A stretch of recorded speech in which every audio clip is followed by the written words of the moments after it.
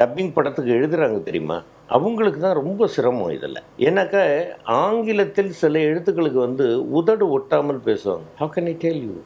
அப்படிம்பாங்க. எப்படி சொல்ல முடியும்? 2 லிப்பு க்ளோஸ் ஆகுது.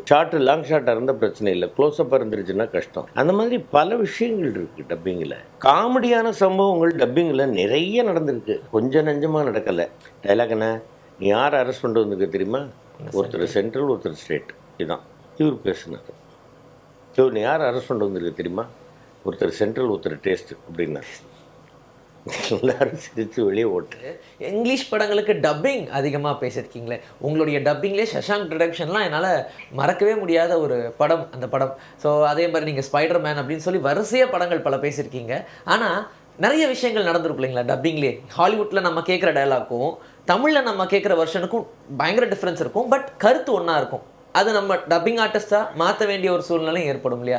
ஃபன்னாக நடந்தது இல்லை ஏதாவது ஒரு சம்பவம் சொல்லுங்கள். இது அதாவது என்னன்னு கேட்டிங்கன்னாக்க, இதில் வந்து பெரும் பொறுப்பு எப்படின்னு கேட்டிங்கன்னா, டு த ரைட்டர்ஸ்.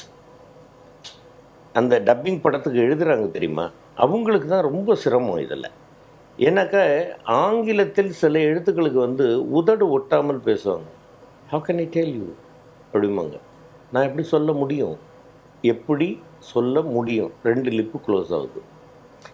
லாங் ஷாட்டா இருந்தா பிரச்சனை இல்ல. க்ளோஸ் அப்பா இருந்துருச்சுன்னா கஷ்டம்.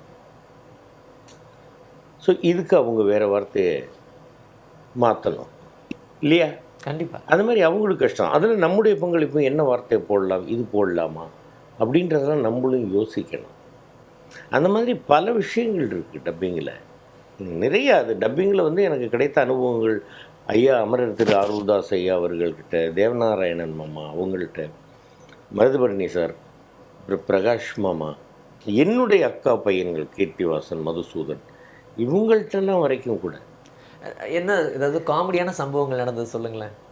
காமெடியான சம்பவங்கள் டப்பிங்கில் நிறைய நடந்திருக்கு. கொஞ்சம் நஞ்சமாக நடக்கலை. ஒருத்தர் டப்பிங் பேசுகிறது ரொம்ப அண்ணன் ரொம்ப ஆசையாக இருப்பான். அவர்கிட்ட அவரும் தம்பின்னு ரொம்ப ஆசையாக இருப்பார் என்கிட்ட. அவர் ஒரு படத்தில் வந்து 2 பேரை வந்து ஹீரோ அரெஸ்ட் பண்ணிட்டு வந்து உள்ளே வச்சுட்டாரு. அப்போ இவர் வந்து வந்திருக்கிறாரு அவங்கள வந்து ஜாமீனில் எடுக்கிறதுக்கு. "நீ யார் அரெஸ்ட் பண்ணி வச்சுருக்கு தெரியுமா? ஒருத்தர் சென்ட்ரல், ஒருத்தர் ஸ்டேட்டுக்கு மரியாதையை வெளியே அனுப்பு." என்ன சொன்னா ஒரு வாட்டி மானிட்டர் பார்த்துக்கலாம். ஏன் நான் வந்து எப்படின்னா டைரக்டர்ஸ் தான் சொல்லுது, "நீ பார்த்துக்க பாஸ்கரா, டப்பிங் உங்களுக்கு தெரியல, என் கூட இருந்துக்கோ." அப்படின்னு. Right, okay. அவர் ஒன்று எப்படா வந்த இண்டஸ்ட்ரிக்கு நீ? உங்களுக்கு தெரியுமா எவ்வளவு நாடகங்கள், என்ன அனுபவம் தெரியுமா எனக்கு அப்படின்னு. "அண்ணா நான் உங்களுக்கு குறைச்சே சொல்லலை, ஒரு வாட்டி மானிட்டர் பார்த்துக்கலாம்னு சொன்னேன்." "அதெல்லாம் கிடையாது, டேக்" அப்படின்ட்டார். டைலாக் என்ன? "நீ யார் அரெஸ்ட் பண்ணிட்டு வந்திருக்க தெரியுமா? ஒருத்தர் சென்ட்ரல், ஒருத்தர் ஸ்டேட்." இதுதான். இவர் பேசுனார். "நீ யார் அரெஸ்ட் பண்ணிட்டு வந்திருக்க தெரியுமா? ஒருத்தர் சென்ட்ரல், ஒருத்தர் டேஸ்ட்." அப்படின்னாரு. எல்லாரும் சிரித்து வெளியே ஓட்டு.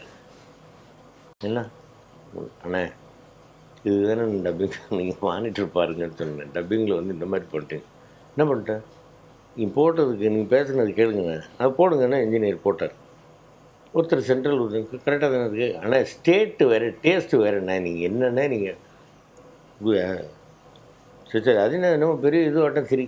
ஏன்னா எனக்கு அர்த்தத்தையே மாற்றுவீங்க, அதுக்கு சிரிக்காமல் எப்படி பண்ணணும். இந்த மாதிரி எவ்வளவோ காமெடிகள் டப்பிங்கில் வந்து ரொம்ப. என்னுடைய நண்பன் காளிதாசன் இங்கே இல்லை, தவறிட்டான்.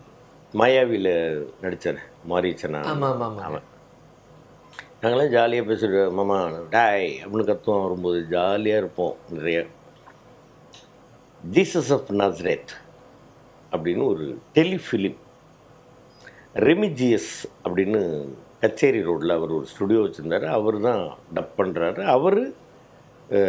அவர் தான் ஜீசஸுக்கு பேசுவார். நான் ஒரு மைக்கு, அவங்க ஒரு மைக்கு. அங்கே திடீர்னு குதிரையில் வீரர்கள்லாம் வருவாங்க. நான் உடனே சொல்லுவேன், இவர்கள் ரோமை மன்னருடைய வீரர்கள். உடனே அவன், தீர்க்கதரிசியை பிடித்துச் செல்வதற்காக வந்திருக்கிறார்கள் அப்படின்னு. அவர் ரெமிஜியஸ் என்ன சொன்னார், பாஸ்கர் களி அவங்க வந்து கொஞ்சம் கிராமத்து மக்கள் மாதிரி இருக்கிறாங்க, இவ்வளோ கிராமட்டிக்கலாக வேண்டாம். கொஞ்சம் கலவுக்கையில் பேசிங்க அப்படின்னாரு. நான் உடனே சரி சார் மானிட்டர் பார்த்துக்கலாம் சார். வாட் மானிட்டரா? இதுக்கெல்லாம் டைம் வேஸ்ட் பண்ணிட்டு போய் நீ will go for take sir அப்படின்னு. சரி ஓகே ரைட். நான் உடனே இவங்களாம் ரோமியோ மன்னரோட வீடுங்க. அவன் கலவுக்கையில் தீர்க்கதரிசி பிடிச்சி வந்துக்கிறாங்க. ரெமிஜியஸ் ஸ்டேஜ் அங்கே முன்னாடி படுத்துட்டார். அதை இதுக்கு தானடா ஒன்று பார்த்துக்கன்னு சொன்னேன். நான் கலோக்கியில் மாதிரினா ஜீசஸை மந்தவெளிக்கு கூட்டின்னு வரையும் இதெல்லாம் நியாயமாடா அப்படின்னு அவனும் சிரிக்க ஆரம்பிச்சிட்டான். இந்த மாதிரி எவ்வளவோ சொல்லலாம் காமெடிகள், கொஞ்சம் நெஞ்சம் கிடையாது, நிறைய காமெடிகள் நடந்துருக்கு.